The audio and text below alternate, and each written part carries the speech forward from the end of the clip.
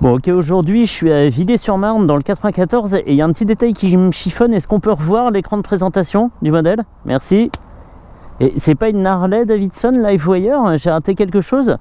Et oui, derrière mes talents d'acteur, il n'y a pas vraiment de surprise. Maintenant, oubliez la Harley Davidson Livewire. Livewire est devenue une marque à part entière et celle-ci, même si elle ressemble trait pour trait à une Livewire Harley Davidson, c'est le modèle One de la marque Livewire.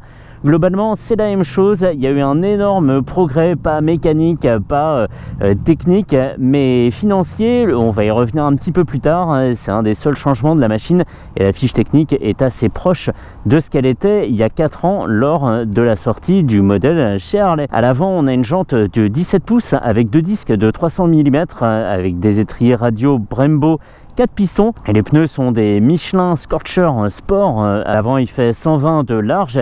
C'est des pneus qui ont été développés spécialement pour Harley. Il y a marqué Harley Davidson dessus, mais comme la dimension est standard, on pourra monter tout à fait autre chose, Diablo Rosso 3 par exemple, comme sur une marque concurrente. À l'arrière, une jante de 17 pouces avec un pneu cette fois de 180 de large et un disque de 260 mm avec un étrier 2 pistons. Entre ces deux roues, on trouve un moteur qui développe 75 kW, c'est l'équivalent de 100 chevaux, et une batterie pour alimenter tout ça, dont la capacité est de 15,4 kWh. L'ensemble pèse 255 kg et la selle, avant d'oublier, est à 762 mm de haut, ce qui la rend tout à fait accessible, parce qu'elle est assez étroite. Elle fait 20 cm de large, cette selle. Elle a une forme plutôt... j'allais dire un terme, mais bon, bref, elle a une forme vraiment sympa pour le postérieur, donc aucun souci pour la plupart des gabarits pour la prise en main de cette machine. Avant que j'oublie également, et c'est le gros progrès de ce modèle là par rapport au précédent, son prix, elle est proposée à 26 300 €, et même si ça paraît cher, elle est quand même 8 600 € moins cher que la Harley Livewire qui elle était à 33 900 €, et c'était hyper élevé comme prix, mais ça faisait tiquer personne, Bref, on y va, j'ai la clé dans la poche, contact, la moto détecte que je suis assis sur la selle et me permet de démarrer puisque j'ai également relevé la béquille. Donc c'est bien, on est parti, sans un bruit. Et 255 kg sont très bien répartis. C'est une machine qui n'a pas tendance à plonger, même quand on est guidon braqué au ralenti. C'est très facile à utiliser, contrairement au clignotant que je vais chercher sur le commodo de gauche, alors que le clignotant droit est sur le commodo de droite. C'est fou qu'il fasse encore ça parce que c'est pas commode. Pas du tout. Quand on a manipulé la poignée de gaz et qu'il faut en plus déplier le pouce, donc perdre un petit peu de son grip sur la poignée pour actionner les clignotants, le bouton des modes ou les warnings, parce que ce commodo de droite est quand même assez chargé, et ben c'est pas très pratique. Et quand on est en train de tourner, quand le guidon est braqué à gauche par exemple, on a le bras droit tendu et ça devient d'autant plus difficile d'actionner ces commodos. Donc je le disais, Livewire, c'est une nouvelle marque, c'est un peu comme DS Automobile pour Citroën. Ils se sont émancipés d'Harley Davidson pour commercialiser ce modèle, mais techniquement c'est la même chose. Avant elle était un tout petit peu plus puissante, chez Harley elle développait 105 chevaux au lieu de 100. Il n'y a vraiment pas de quoi se relever la nuit. Si ça permet de réaliser des économies sur le prix de vente, franchement je veux bien qu'elle s'appelle Pataprout Model One, il n'y a pas de souci. C'était peut-être aussi pour une raison marketing, pour que les gens finissent par acheter cette machine et se disent pas oui mais Harley fait des motos électriques maintenant, ah bah super, ah bah boycott, vas-y, moi j'achète pas. Bon, en fait ils n'avaient pas vraiment besoin de ça parce que c'est une moto qui n'a pas été beaucoup distribuée. Elle était effectivement très chère et donc elle s'est pas énormément vendue. J'en ai par exemple jamais croisé sur la route. Ici on a gardé des commandes plutôt traditionnelles, On a le frein avant à droite et une pédale de frein sous le pied droit aussi, donc rien du côté gauche, ni sélecteur de vitesse ni embrayage. Je dis ça parce qu'il y a certains constructeurs qui mettent les deux freins au guidon. En ville, ça s'emmène tranquille, hein. On pense vraiment pas au poids, vraiment pas au freinage. C'est pas quelque chose de trop vif, trop dur à gérer comme ça. Au premier abord, l'amortissement est bon. On a une machine assez bien assise sur la route. Excuse-moi.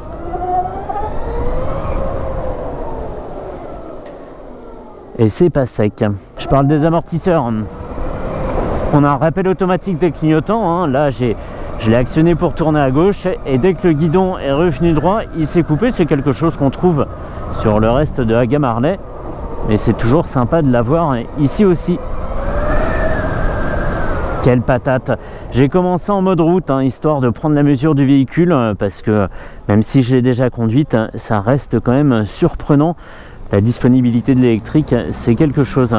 Cette moto, justement, même si elle est très puissante, elle a été bridée électroniquement à 177 km/h. Je ne sais pas si ça correspond à une vitesse ronde en miles. Ça doit être 110 miles à l'heure, 177 km/h.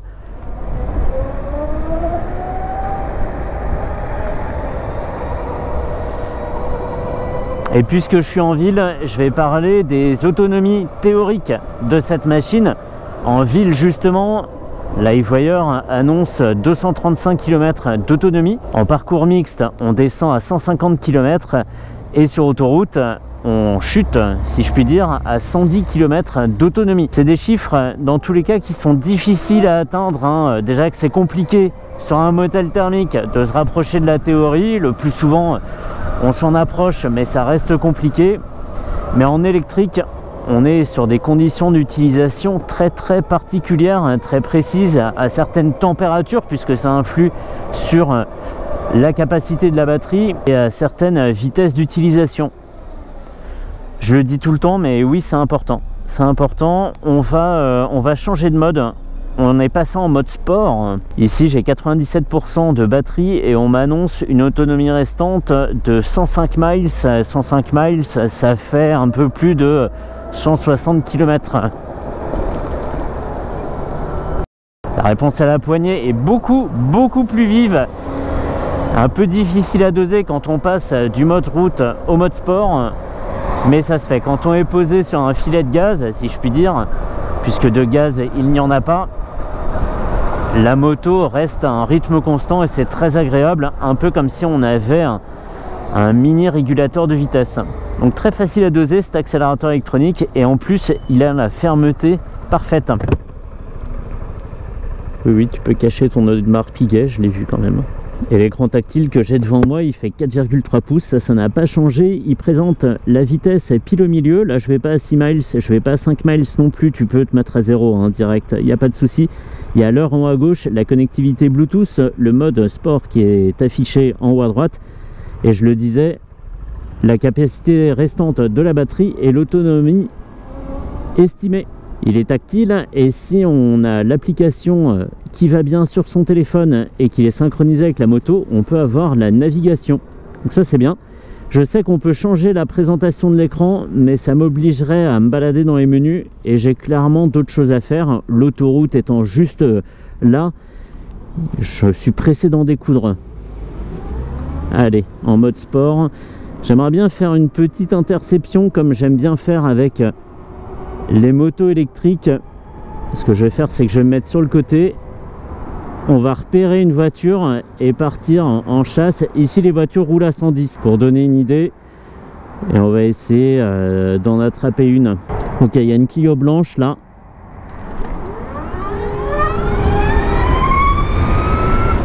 Pardon, il y avait une Clio blanche. Ouah, ouah. Au démarrage, j'étais pas vraiment prêt et pourtant j'en ai conduit un des motos électriques. J'étais un peu gainé avec les bras fermement accrochés au guidon et pourtant je suis parti en arrière et la moto s'est déchargée. Je pense qu'on a frôlé le wheeling de pas grand chose et même à la reprise, même à la réaccélération quand j'étais à côté de la Clio, il y a eu ce cabrage qui est purement dingue. Dingue, mais c'est pour ça qu'on aime les motos électriques. Hop, c'est la téléportation, évidemment. Et pour avoir essayé la concurrente, la 0 SRF, dont la fiche technique est assez proche, l'accélération est plus violente sur celle-ci que sur sa concurrente américaine. Là c'est vraiment, j'allais dire Zwip, mais je pense que l'onomatopée est bien choisie, qu'on comprend bien ce que ça veut dire. C'est hop, situation dangereuse, plus de situation dangereuse. C'est moi qui deviens la situation dangereuse. Non, parce que je dépasse pas mes limites. Mais la moto fait voir la route d'une autre façon. Et il faut vraiment se réprimer pour pas conduire comme un... Voilà, ça rime avec façon. Indice. Incroyable. Incroyable.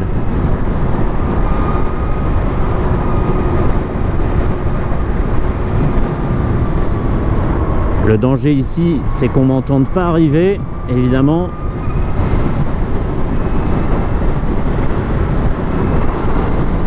L'accélération est phénoménale. Il y a vraiment... si je devais le dessiner, je dirais que l'accélération sur une 0, même en mode sport, ça fait une pente assez violente, mais quand même gérable, alors que celle-ci, on est sur une courbe qui est quasiment un mur en fait. Et ça s'arrête jamais. Ça s'arrête jamais. Ici, je roule déjà assez vite. J'étais à 110 km/h, je réaccélère. Vraiment comme si je partais de zéro. C'est assez incroyable et ça appelle à l'humilité. On a très peu de bruit de moteur. LiveWire n'a pas forcé le trait pour le côté futuriste de la machine. On n'a pas des zouips, des woup. Voilà, je fais l'imitation à chaque fois, mais parce qu'elle me plaît. Ici, on a un bruit, je pense, de... comment dire, c'est pas un bruit d'engrenage, mais c'est un petit bruit mécanique assez sympa. Et quand on est au ralenti, on entend... la courroie bouger un petit peu, on sent l'écran qui passe dans la couronne. Je sais pas trop comment l'expliquer. C'est pas un bruit désagréable, la moto reste très silencieuse. Et surtout le plus important, c'est que les pneus ne soient pas sonores, ils résonnent pas sur le bitume et on n'a pas de ouh quand on roule. Je suis en forme pour les onomatopées aujourd'hui, mais je sais pas l'expliquer autrement en fait. On n'a pas de résonance du pneu qui gave et qui saoule le conducteur. Oh, tu peux essayer de t'échapper, pas de problème. C'est incroyable, incroyable. Et on est vraiment sur une machine qui a été pensée comme une moto électrique dès le départ, contrairement à la SRF chez Zero, où elle ressemble vraiment beaucoup à un roadster japonais duquel on aurait retiré le moteur pour ajouter le bloc batterie et moteur électrique. Celle-ci, on a bien habillé tout l'ensemble au centre du châssis. On a fait un châssis sympa. Enfin, c'est une moto que je trouve très jolie. Le seul obstacle à son achat, c'est son prix. C'est son prix, parce que même si elle est 8600 € moins chère que sa devancière, ça reste quand même un sacré ticket. 25 400 €, c'est pas rien. Et je comprends pas, il y a 2 secondes il roulait à fond et maintenant il s'arrête. Eh oui, question de référentiel mon gars.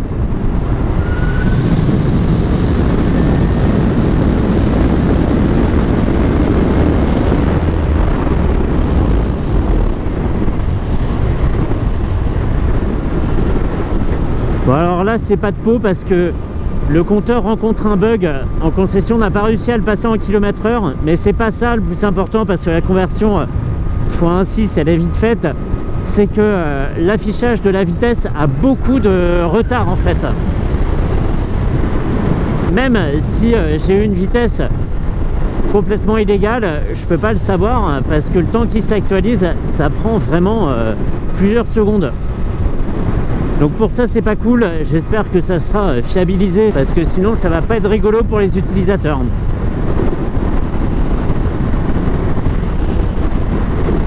Quand j'ai vu que cette moto était en démo à côté de chez moi, j'ai pas hésité longtemps tellement j'avais gardé un excellent souvenir de la version Harley, c'était vraiment un pur délire, et c'est resté un pur délire à conduire, hein. Ils ont bien conservé l'esprit de la moto, c'est vraiment excellent. Petit bémol, puisque je le remarque, je suis en train de regarder dedans et j'ai pas arrêté depuis le début, je suis un fou des rétros, c'est que la branche des rétros est super courte. Alors de look c'est dément, par contre il y a mon bras qui est rempli 2/3 de la glace et donc je vois pas grand chose sur les gens derrière. Et pourtant je conduis pas avec les ailes déployées, hein, mais c'est quand même handicapant. FJR 1300 full équipé, ça ronronne tranquillement. Ah, ces gens avec leur machine à pétrole. Ah là là. On entend un tout petit bruit, mais rien d'anormal, et je le disais, hein, rien d'exagéré. On laisse la mécanique s'exprimer. Après tout, il y a des pièces en mouvement et le bruit se résume à ça. Un bon frein moteur, ce que j'aime beaucoup, mais toujours ce bouton de clignotant difficile à actionner à droite.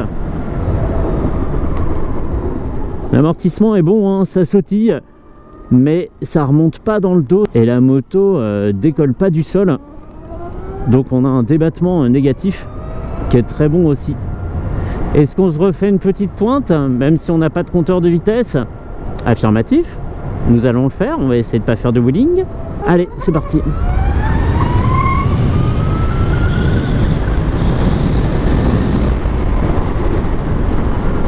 Nul, pile quand je commençais à m'amuser. Et comme on l'a vu sur l'écran titre, cette vidéo est sponsorisée par mon partenaire depuis maintenant plusieurs années, Harley Assurance. Et en assurant cette LiveWire One en tout risque, on paye seulement 50 € par mois. C'est pas mal pour une machine neuve avec toutes les garanties qui vont bien, et notamment une très intéressante, c'est le rapatriement de la moto dans le garage de son choix en cas de pépin. Et en plus cette option, elle est incluse dans toutes les formules chez Harley Assurance. Donc hyper intéressant, et c'est vrai que c'est bien d'avoir le choix. Allez, on va se rentrer. Je vais rendre cette LiveWire One à la concession Harley-Davidson Bory, la bien connue, à Villiers-sur-Marne. Et moi je me suis vraiment beaucoup amusé sur cette machine. J'espère qu'on en verra plus. Et en même temps je dis ça, mais on risque pas d'en voir parce qu'elle passe trop vite.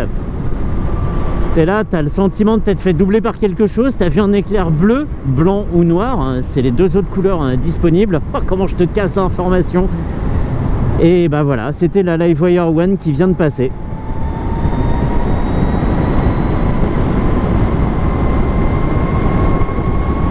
Ça fait vraiment conduire comme un débile. Bah oui, autant utiliser avant d'insertion jusqu'au bout, voyons.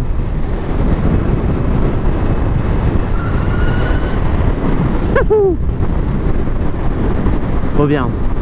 Allez, on se quitte là-dessus et on se retrouve jeudi prochain, certainement pour une moto de l'ancien temps, comprendre une moto thermique. Voilà, une moto de dinosaure.